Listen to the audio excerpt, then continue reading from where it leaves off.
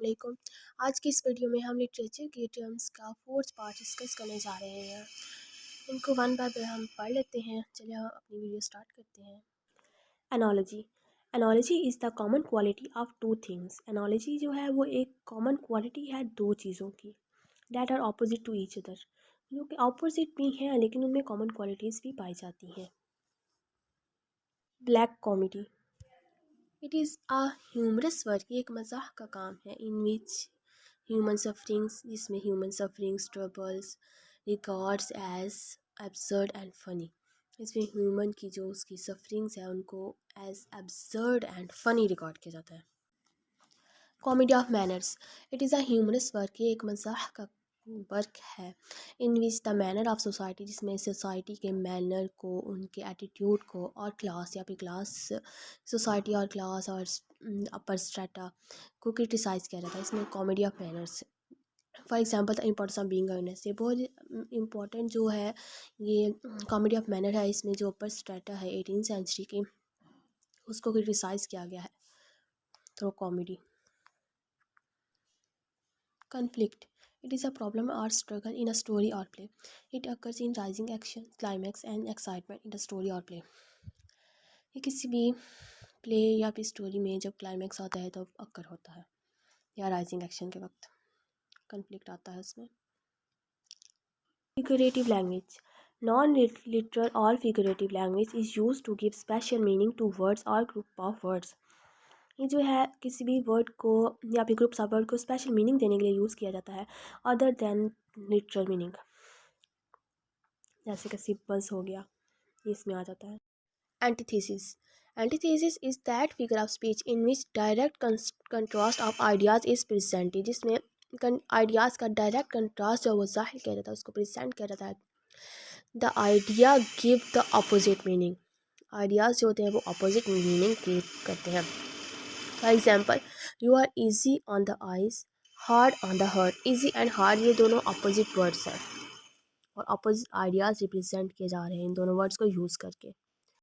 Metonymy ये बहुत ही important literary term है और पेपर में बहुत दफ़ा आ चुकी है, इसलिए इसको याद कर लें और इसको मेमोराइज़ कर लें अच्छे से। It is a figure of speech, ये एक फिगर ऑफ स्पीच है in which a word is replaced by another word, जिसमें एक वर्ड जो है उसको रिप्लेस किया जाता है बाय अनदर वर्ड, दूसरे वर्ड के साथ, that is closely associated with it, जो कि उस जिसका क्लोजली रिलेशन है उसके साथ। For example crown is often use in place of power and authority. Crown जो है ना उसको हम लोग पावर और अथॉरिटी की जगह पर इस्तेमाल कर सकते हैं, इसलिए इसका क्योंकि इसका पावर के साथ और अथॉरिटी के साथ क्लोज रिलेशन है, इसलिए एक मेटोनिमी की एग्जांपल बहुत इंपॉर्टेंट एग्जांपल है। Ode it is a form of lyrical poetry, ये लिरिकल पोइट्री की एक फॉर्म है with intricate stanza forms. Complex इसका स्टैंजा फॉर्म जो है इसका कम्प्लेक्स है, हैविंग ग्रैंड स्टाइल, इसका स्टाइल ग्रैंड है, एंड सीरियस सब्जेक्ट मैटर, इसका जो सब्जेक्ट मैटर है वो सीरियस है। In the form of an address, और ये एक खताब की सूरत में होती है। For example ode to Psyche by John Keats, ode to Psyche by John Keats. Next आ जाता है plot. Plot is the logical arrangement of events in a story or play. Plot जो है वो इवेंट्स की अरेंजमेंट है इन a logical वे, किसी भी स्टोरी में या फिर प्ले में। The exposition, rising action, climax, falling action and resolution are the elements of plot. ये सारे जो एलिमेंट्स हैं ये प्लॉट के हैं। Exposition, rising action, climax, falling action and resolution.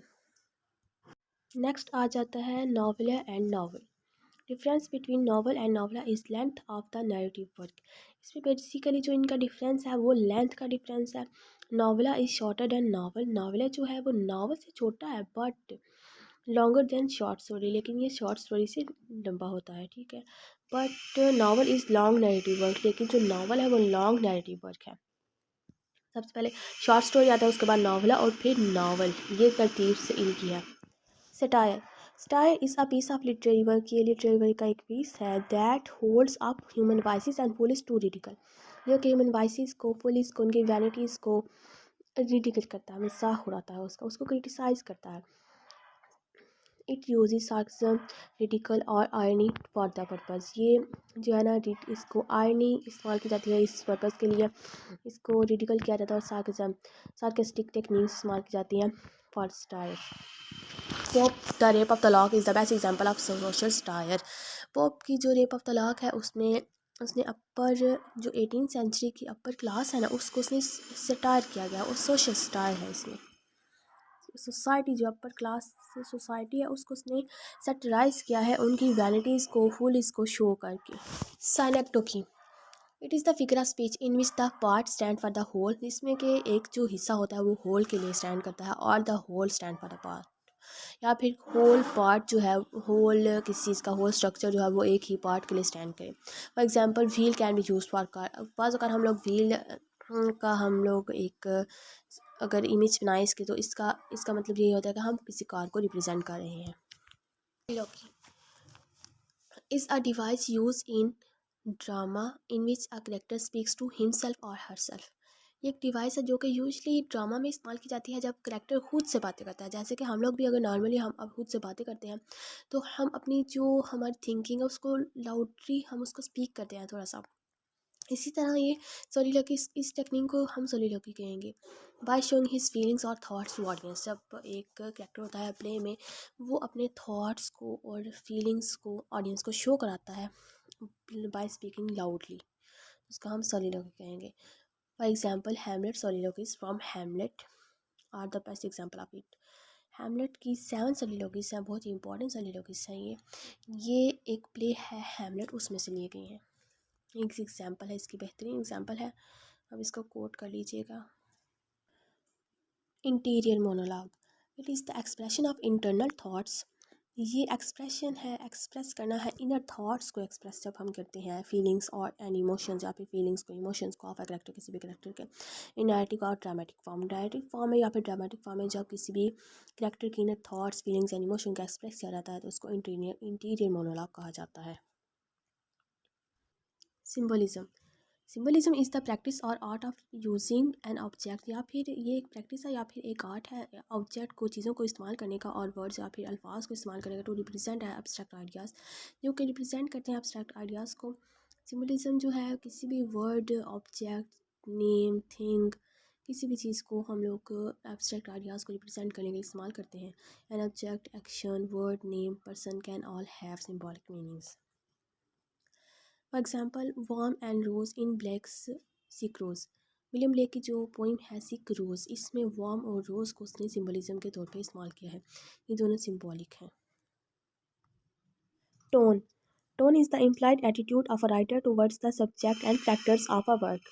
किसी भी राइटर का जो एटीट्यूड है कि वर्क के करैक्टर के लिए या सब्जेक्ट के लिए जो टोन हो एटीट्यूड होता है उसको हम टोन कहते हैं। टोन में भी satirical ironical comic and sympathetic and so on.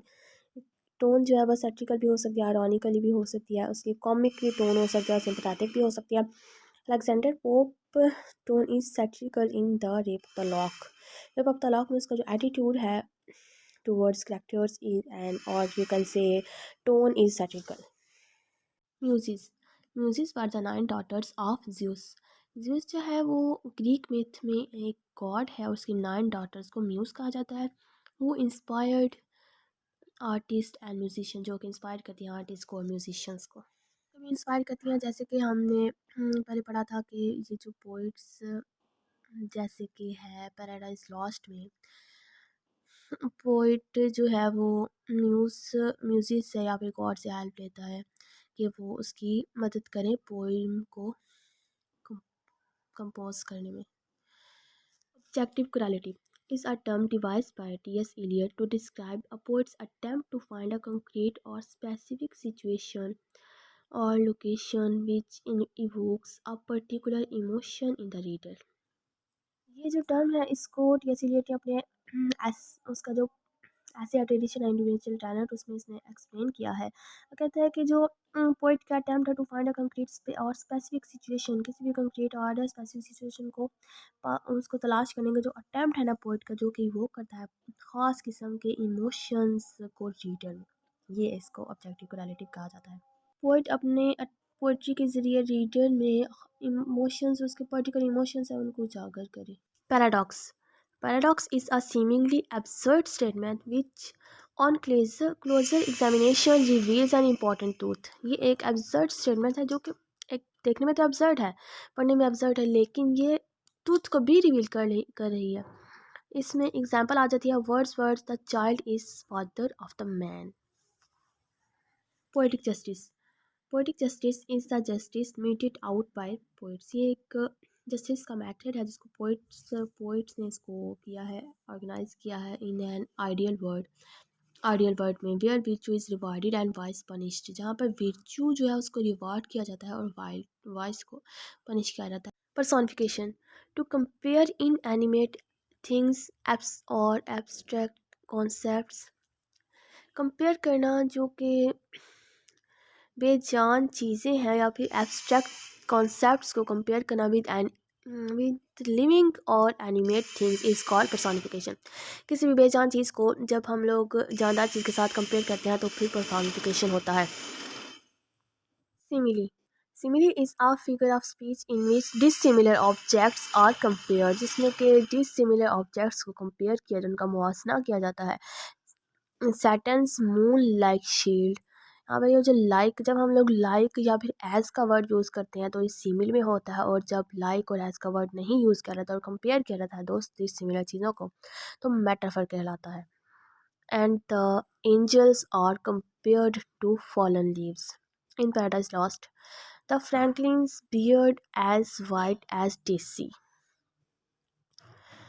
यहाँ पे एज जब यूज़ किया गया तो ये सिमिली होगा, और ये फ्रैंकलिन जो है ये करेक्टर है।